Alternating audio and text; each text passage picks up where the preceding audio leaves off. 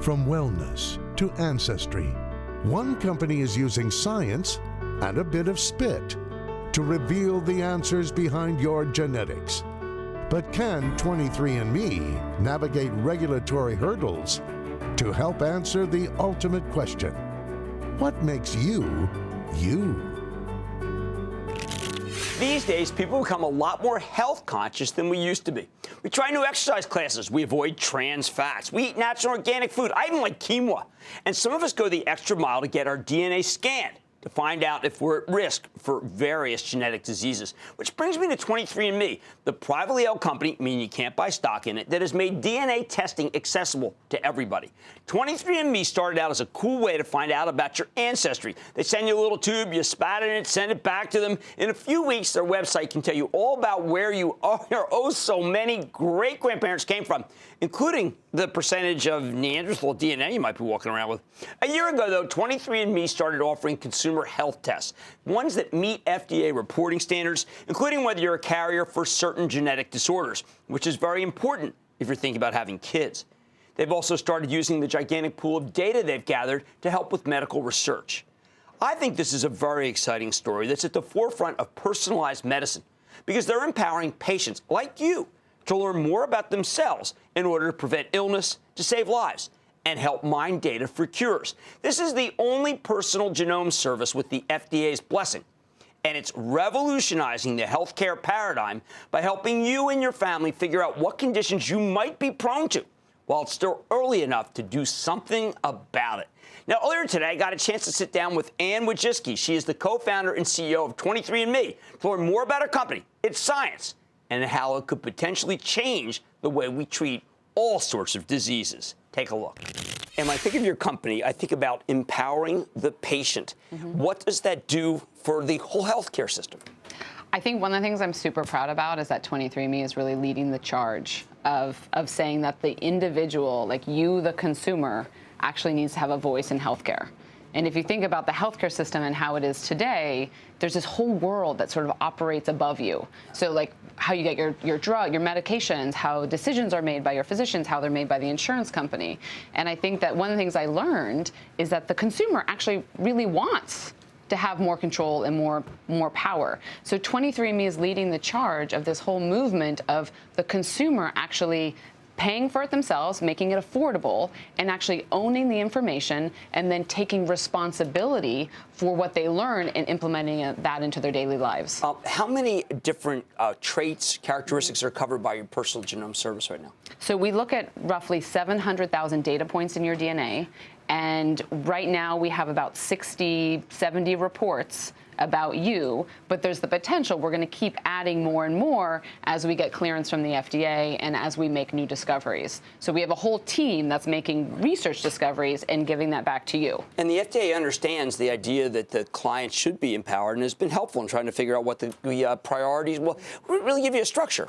One of the most revolutionary things I think that the FDA did is they actually gave us a label that is direct to consumer. And so they're saying you have the ability to get access to really meaningful medical information like cystic fibrosis results through 23andMe without a genetic counselor and without a physician. So to me, that was a real sign that the FDA is actually embracing this idea that there is a whole world of consumer-driven health, that consumers want this information and they have to provide a safe path for consumers to get access to. Okay, once they get it, what do you advise them to do with the report? So frequently it's following up with your physician. If you, for instance, are a carrier for cystic fibrosis, it doesn't mean that you're going to have the disease, but you could potentially pass it down. You could potentially have a child with cystic fibrosis. So we try to make it really clear to people, what do you do with this information? And then if there is a medical reason to follow up with your physician, then you should actually follow up with them. But there's a community on 23andMe. We give people information about what to do next. For things like lactose intolerance, well, all these people suddenly realize, like, oh, I had pain and I never knew why. And here's all the foods that have lactose. I need to cut this out. So that's a really simple one where we can have an impact on health and we can help people know how to live their lives. At the same time, I know you're out here for Dreamforce. Mark Benioff has said over and over again, that's how I met you, through Mark, candidly, that data is the currency. Yeah. You probably have more data than anyone. Now, I have to imagine the healthcare system, including the drug companies, would love to be able to find out more about what people have. What we're doing, so we specifically look at an opportunity like that, saying we have over 1 million people who are engaged. And everybody in this world knows somebody who has a disease.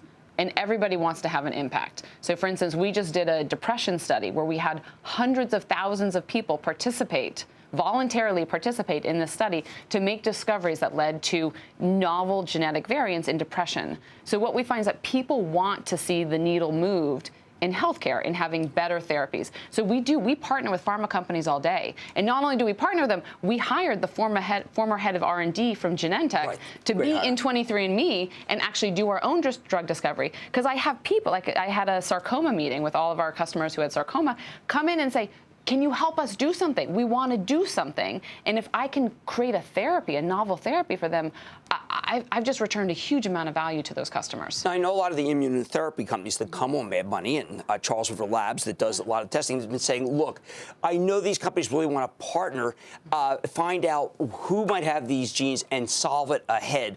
Is that a pipe dream, or is it going to happen? That's going to happen. It is. Without a doubt, that is going to happen. And I think those are the types of partnerships. That I would say what falls in our research category. Okay. So those are the types of partnerships where we are doing, deals with pharma partners, looking specifically, are there customers who are responding to medication, not responding to medication, have an adverse event, or don't have an adverse event? And I believe in the next 10 years, hopefully, you'll have all medications where you can look and say, do you have this genetic variant, and what does that mean for you, and do you respond to a therapy, and do you not?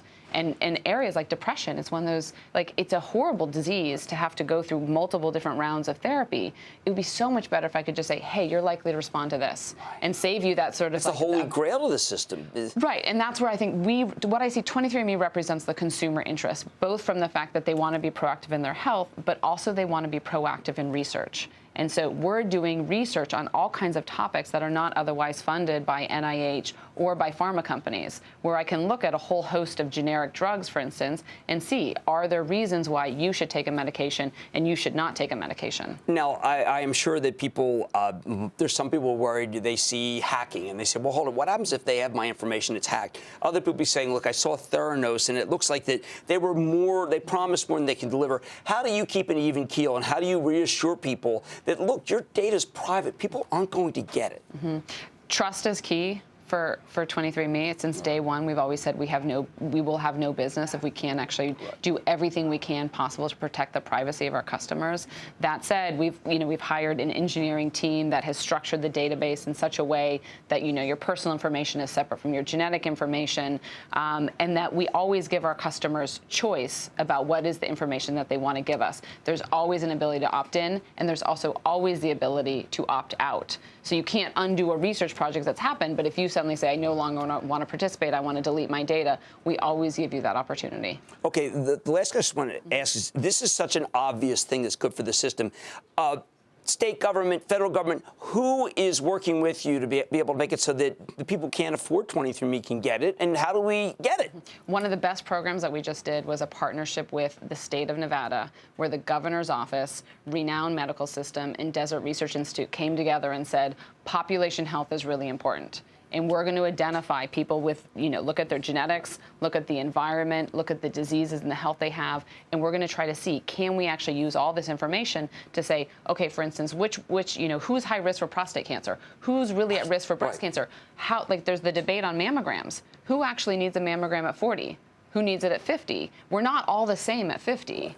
And so how do I actually use genetics, environment, and your health history to help decide who should get what and when? There's no woman I know who's like, I'm 40, I'm dying to get a mammogram today on this beautiful sunny day.